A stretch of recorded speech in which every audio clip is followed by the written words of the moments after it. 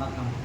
குரு பிரம்மா, குரு விஷ்ணு, குருதேவோ மகேஸ்வரர், குரு சாட்சாத் பரபிரம்மா தஸ்மை ஸ்ரீ குருவே நமோ நம.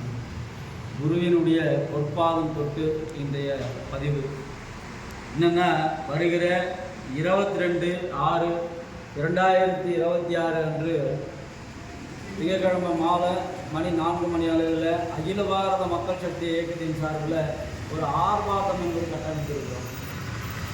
முக்கியமாக பெற்றோர்கள் இந்த ஆர்ப்பாட்டத்தில் கலந்துக்கணும். ஏன் கலந்துக்கணும் அப்படின்னு சொன்னால், இன்றைய இருக்கக்கூடிய சூழலில் யார் சிரமப்படுறாங்களோ இல்லை, பெற்றோர்கள் முதல்ல சிரமப்படுறாங்க. என்ன விஷயம் அப்படின்னா, அவங்க பிள்ளைகளை பெற்று இந்த சமுதாயத்தில் வாழ வச்சு அவங்க வாழ்க்கைக்கு தேவையான அனைத்து இதுவையும் செஞ்சதுக்கப்புறமா கல்வி என்கின்ற ஒரு பெரும் ஒரு எப்படி சொல்கிறது, வெளிநாடுகளில் கல்வி என்பது இலவசமாக கிடைக்குது. ஆனால் இந்தியாவில் மட்டும் இந்த பெரும் முதலாளிகிட்ட மாடிக்கிட்டு இருக்காங்க.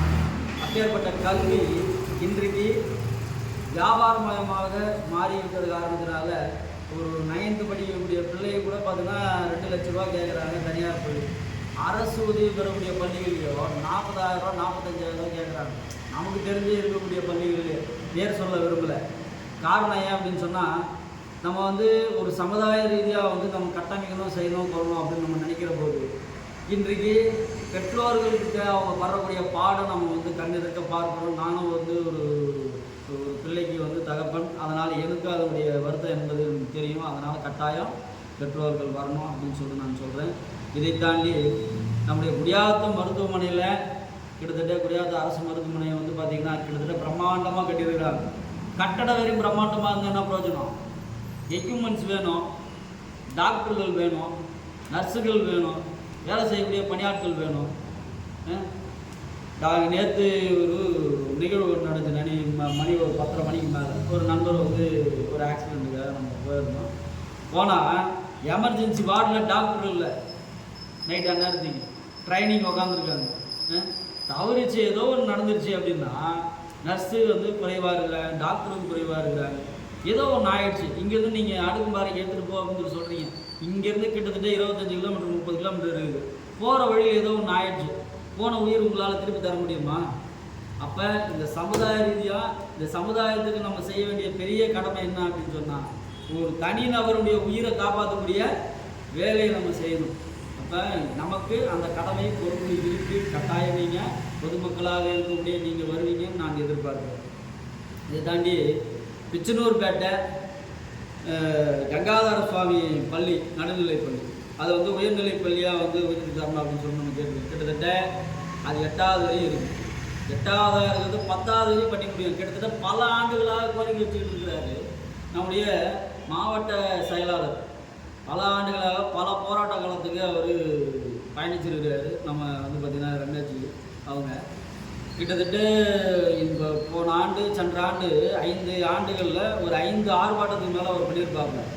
கங்காதரா பள்ளிக்கு கட்டாயம் 10வது வரைக்கும் நமக்கு வேணும். அந்த ஸ்ட்ரென்த் அந்த அளவுக்கு இருந்துச்சு 5 ஆண்டுகளுக்கு முன்னாடி. இப்போ படிப்படியாக குறைஞ்சிருச்சு. ஏங்க, ஒரு பள்ளியில் தொடர்ந்து ஒரு எல்கேஜி யூகேஜிலேருந்து சேராதுன்னு இருக்கணும்னு வச்சுக்கோங்க. அவங்க அங்கேயே 10வது வரையும் தொடரட்டும் அப்படின்னு அவங்க இருந்தாங்கன்னா தானே அங்கே 10 முடிச்சுட்டு +1 +2 வேணால் வெளியில் போயிட்டாங்க கூட தெரியாது. அங்கே அடிப்படை தேவையே 10th. அந்த பள்ளி அந்த 10th அங்கே இல்லை அப்படிங்கும்போது 8வது மேலே இன்னொரு பள்ளிக்கு போகிறதுக்கு அங்கே சுற்றி இருக்கக்கூடிய கிராம பகுதிகளுக்கு தான் போயிடுவாங்க. அப்போ அந்த பள்ளியை கண்டுக்கக்கூடிய இல்லாத சூழல் தானே போயிடுது. அப்போ அவங்க என்ன பண்ணுறாங்க, அப்போ இன்னொரு இடத்துல போய் சேர்த்துலாம்ப்பா, எல்கேஜி யூகேஜி அங்கேயே போய் படிக்கணும்ப்பா பசங்கன்ற அப்படின்ற பெற்றோர்களுடைய மனநிலையை கொண்டு போய் சேர்த்துறாங்க. இங்கே சுற்றி இருக்கக்கூடிய கல்வி நிறுவனங்கள் அந்த மாதிரி ஒரு பிம்பத்தை கட்டமைக்கிறாங்க. அப்போ அதை கண்டித்து ஒரு ஆர்ப்பாட்டம் செய்யணும் அப்படின்னு நினைக்கிறோம். ஏன்னா இதெல்லாம் அரசாங்க காலத்துக்கு நம்ம கொண்டு போகணும். இப்போ குடியாத்த பகுதினா குடியாத்த பகுதி மட்டுமே நம்ம எடுக்க போகிறதில்ல. இன்றைக்கு குடியாத்த பகுதி எடுத்துருக்குறோம். வருங்காலங்கட்டும் தமிழ்நாடு பூரா இருக்கக்கூடிய பிரச்சனைகளை நம்ம தொடுவோம். கட்டாயம் தொடாதெல்லாம் இருக்க மாட்டோம், கட்டாயம் தொடுவோம். இந்த அரசுக்கு நம்முடைய இந்த அடிப்படை தேவை என்னவோ நம்ம அரசுக்கு கோரிக்கை வைப்போம். கட்டாயம் அரசு நிறைவேற்றி வைக்கும் அப்படின்ற நல்ல நம்பிக்கை எனக்கு இருக்குது. ஏன்னா இதுக்கு முன்னாடி இருந்த திமுக அரசாங்க அவங்க எப்படி சொல்கிறது, அதிகாரம் கையில் கொண்டு அவங்க யாரையும் மதிக்காத ஏதோ ஒன்று அரசாங்கமே அப்படின்றதுனால ஆண்டுக்கு போயிட்டாங்க. ஆனால் இப்போ இருக்கக்கூடிய புதிய அரசு என்பது பார்த்திங்கன்னா எப்படி புது பொண்ணு தாலி கட்டினா எப்படி ஒரு 6 மாதம் இதுவாக இருக்குமோ அந்த மாதிரி ஒரு பக்குவமாக கையாளக்கூடிய ஒரு சூழல் இருக்குது அரசாங்கம்.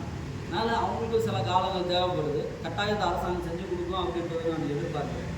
இதை தாண்டி வந்து பார்த்திங்கன்னா கைத்தறி நம்ம வந்து சட்டை போட்டுருக்கோம். 100 ரூபாய்க்கு ஒரு சட்டை கிடைக்குது. அந்த 100 ரூபா சட்டைக்கு ஒரு கைத்தறி நெசவாளர் வந்து பார்த்திங்கன்னா 12 மணி நேரம் வேலை செய்யணும். 12 மணி நேரம் வேலை செஞ்சால் தான் ஒரு சட்டை தயாரிக்க முடியும். ஆனால் அந்த சட்டை நீங்கள் 100 ரூபா கொடுத்து வாங்கி போடுறீங்க, 100 ரூபா கிடைக்குது வாங்கி போடுறீங்கன்னு வச்சுங்க என்ன. ஆனால் அவனுக்கு 12 மணி நேரம் வேலை செஞ்சால் 700 ரூபா கிடைக்க வேண்டிய கூலி இன்றைக்கி தனியார் மயமாகி போயிட்டதுனால, தனியார் கையில் போயிட்டதுனால 700 ரூபா கிடைக்க வேண்டிய கூலி திடீர்னு 500 ரூபாயாக அவன் குறைக்கிறான், 200 ரூபா குறைக்கிறான். அப்போ இதை நம்ம கண்டிக்கணும். இதே வந்து அவன் 1000 ரூபாய் ஆகியிருந்தான்னா அவனுக்கு மாலை மரியாதைலாம் செஞ்சு அப்போ அவன் காலிலே போய் உழுந்துட்டு வந்துருக்கலாம். தொழிலாளிகளுடைய அவன் வந்து பசியை போய்கிட்டான்பா அப்படின்னு போய் சொல்லலாம். ஆனால் என்றைக்குமே உழைக்கிறவன் மேலே வர்றதில்லை. முதலாளிகள் தான், பெரும் முதலாளிகள் தான் உச்சத்தை தொடுறாங்க.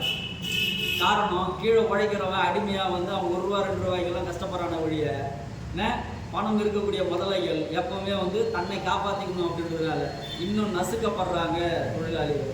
தயவு செஞ்சு இதை கவனத்தில் கொண்டு வெறும் நெசவாளிகள் பூராமே வந்து நம்ம பின்னாடி திறந்து நின்று ஆர்ப்பாட்டத்துக்கு வரணும் அப்படின்னு சொல்லி நம்ம கேட்டுக்கிறோம்.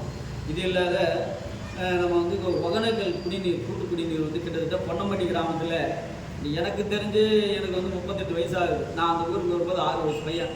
கிட்டத்தட்ட 32 வருடம் காலமாக எந்த ஒரு அரசாங்கம் வந்து இது வரைக்கும் வந்து குடி தண்ணி கிடையாது. இதே வந்து பார்த்திங்கன்னா செதுகரிக்கும் பச்சையம்மனுக்கு செதுகரிக்கும் பொன்னம்பட்டிக்கும் வந்து பார்த்திங்கன்னா 1 கிலோமீட்டர். சின்ன சின்ன பசங்கள்லாம் படத்துக்கிட்டு சைக்கிளில் போட்டு வருவாங்க. அவங்க வந்து அது வந்து நகராட்சி சார்ந்தது, இது வந்து கிராம பஞ்சாயத்து, கொண்டசமுத்திரம் பஞ்சாயத்துக்கு சார்ந்தது பொன்னம்பட்டி. கிட்டத்தட்ட எனக்கு தெரிஞ்சே வந்ததே கிடையாது குடி தண்ணி. அடிப்படை வசதி எதுவுமே இல்லாத ஒரு கிராமம் எதுறான்னு கேட்டால் பொன்னம்பட்டி கிராமம். இப்போ தான் சமீபத்தில் அவங்க காரிய மேடை என்பது பல கோரிக்கையாக நம்ம போய் மனு கொடுத்ததுனால, அகில பாரத மக்கள் சக்தி இயக்கம் தொடர்ச்சியாக மனு கொடுத்ததுனால தான் காரிய மேடை என்பது ஒன்று கட்டப்பட்டுச்சு. அந்த ஊர்லேயே பல பிரச்சனைகள் இருக்குது. ஆனால் முதல்ல தீர்க்கப்படக்கூடிய பிரச்சனை எதிராக அப்படின்னா தண்ணி, குடி தண்ணி. அதாவது ஒரு தனி மனிதனுக்கு உணவில்லை நீ ஜகத்தினை அழித்திடும் அப்படின்னு சொல்லிட்டு பாரதி சொன்னார். ஆனால் இன்றைக்கு இருக்கக்கூடிய சூழல் எப்படி இருக்குது அப்படின்னு சொன்னால், குடி தண்ணி இல்லைன்னா இந்த ஜகத்தை அழித்திடணும் போல தோணுதுங்க. இன்றைக்கு நகராட்சி, குடியாத்தம் நகராட்சியில் ஒரு சமீபமாக நமக்கு ஒரு காது வழி செய்தியாக ஒன்று வந்தது. என்ன அப்படின்னா, அவங்க வந்து இந்த மினரல் வாட்டர்லாம் வச்சுருக்காங்க இல்லையா, அவங்கெல்லாம் என்ன சொல்கிறாங்களாம், நீங்கள் வந்து ஒகேனக்கல் கூட்டு குடிநீரை வந்து நீங்கள் வந்து வழங்காதீங்க, அதுக்கு பதிலாக நாங்கள் வந்து மினரல் வாட்டரை வந்து நாங்கள் கொடுத்து எங்களுடைய சேல் இன்க்ரீஸ் பண்ணிக்கிறோம், அதுக்கு என்னவோ சொல்லுங்கள் நாங்கள் கொடுக்குறோம் அப்படின்னு சொல்லி நான் ஏதோ ஒரு பேசுகிறத நான் கேள்விப்பட்டேன். அது முழுமையான ஆதாரம் என் கீழே கிடைச்சிது அப்படின்னு சொன்னால் கட்டாயம் நான் வந்து தொலைக்காட்சி வாயிலாகவும், ஃபேஸ்புக் வாயிலாகவும், கட்டாயம் யூடியூப் சேனல் வாயிலாகவும் நான் கட்டாயம் வந்து வெளியிடுவேன். இப்படி ஒரு சூழல் இருக்குது.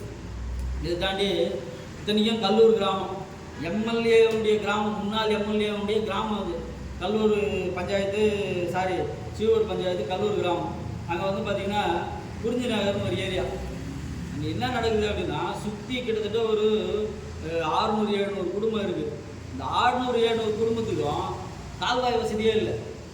எப்படா அவன் வந்து சாமான் கழுவுறான், துணி துவைக்கிறான், எப்படா தண்ணி வெளியில் போகுதுன்னா, ஒன்று தைரியம் இருக்கிறவன் ரோட்டில் ஊற்றிடுறான், தைரியம் இல்லாதவன் அவன் வீட்டுக்கு முன்னாடி ஒரு சம்பு மாதிரி எரிக்கி வச்சுருக்கிறான். அந்த சம்பில் வரைய இருக்கிறதுல அந்த தண்ணி அதில் போகுது. நிறஞ்சதுக்கு அப்புறமா மண்ணை பட்டு மூடிடுறான். அந்த பகுதியில் சுற்றி பக்கத்தில் இருக்கிறவங்க எவனை வாழ முடியாத சூழல் தொடர்ச்சியாக வந்துக்கிட்டே இருக்குது. அப்போ துர்நாற்றம் என்பது தானாக ஏற்படும்.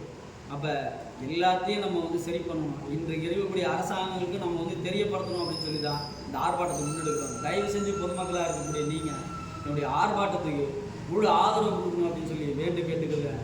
அகில பாரத மக்கள் சக்தி உங்கள் பொற்கரங்களால் நீங்கள் வந்து கட்டாயம் வந்து வரணும் அப்படின்னு சொல்லி அகில பாரத மக்கள் சக்தி இயக்கத்துடைய நிறுவன தலைவர் கார்த்திக் நான் கட்டாயம் உங்களை நான் எதிர்பார்க்குறேன். நன்றி, வணக்கம்.